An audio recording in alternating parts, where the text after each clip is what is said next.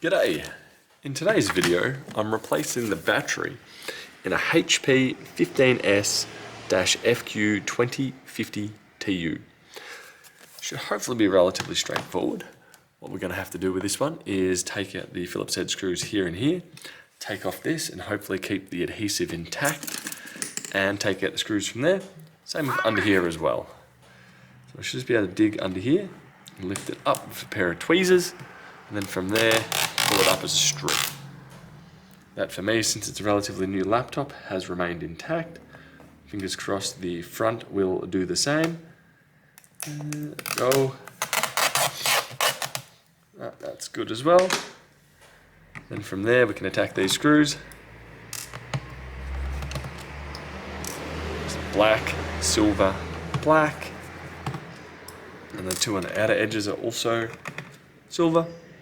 And it looks like these silver ones are all of the same length. So you can mix and match, and we should be fine. With those removed, next up we've got to take the back off, which is a little bit tricky. Which side to approach it from. Typically I grab it in the center at the rear and lift up.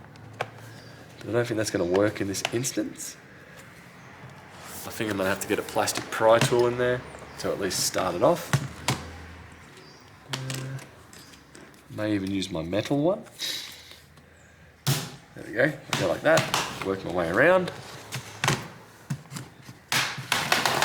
There we go, that's doing what we want it to do. Pop, pop, pop, pop.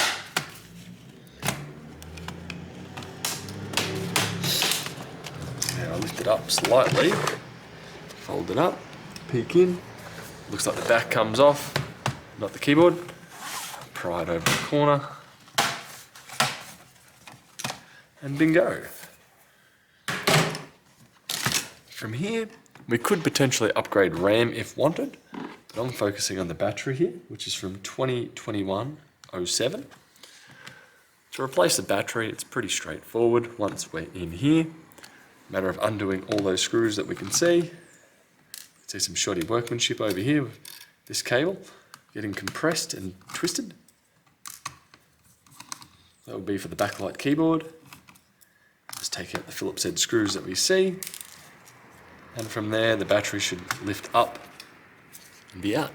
So as I said, we're from 2107, and the customer was saying this machine basically does not power on with this connected, or unless there's the power cable connected.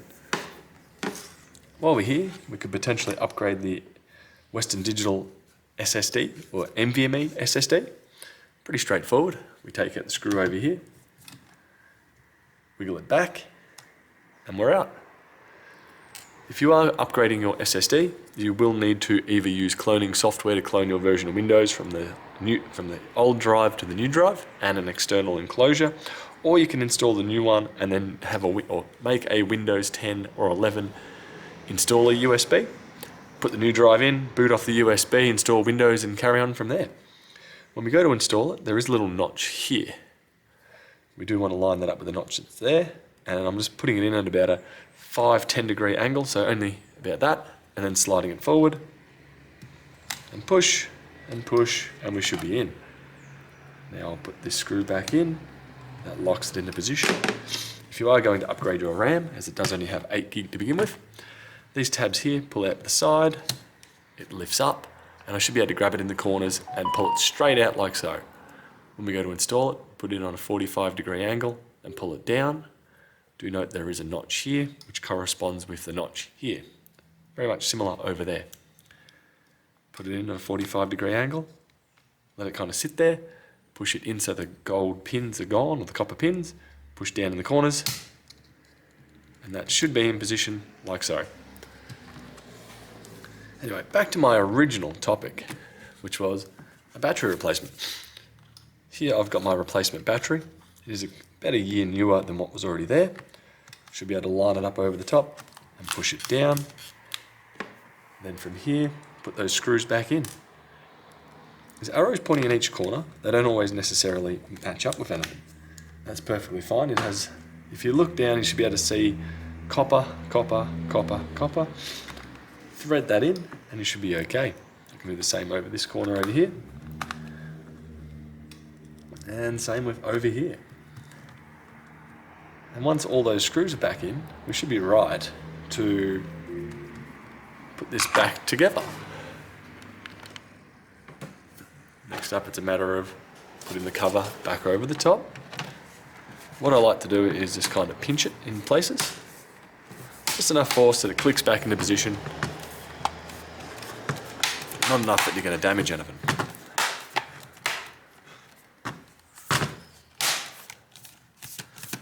There we go. Next up from here, the black screws go back into here. And I'm going to leave those screws out because I want to stick this on charge for a while and hopefully I don't have to take it back out, just in case it is a dead battery, which sadly is very common. But what I'm going to do is use these smaller screws here. They'll go 1, 2, 3, 4, 5, 6. And with all them in, we have the feet to go back on. The big fat one goes at the back, and the skinny one goes at the front. I like to start it off in one corner, and then just kind of work it into the groove lightly. I'm not really putting any pressure, I'm just sitting it there, and make sure the other end is in, and when it's in, go over it. Same with here, start in one corner, lightly just line it up with where it needs to go, make sure the other end is in as well, and then push down.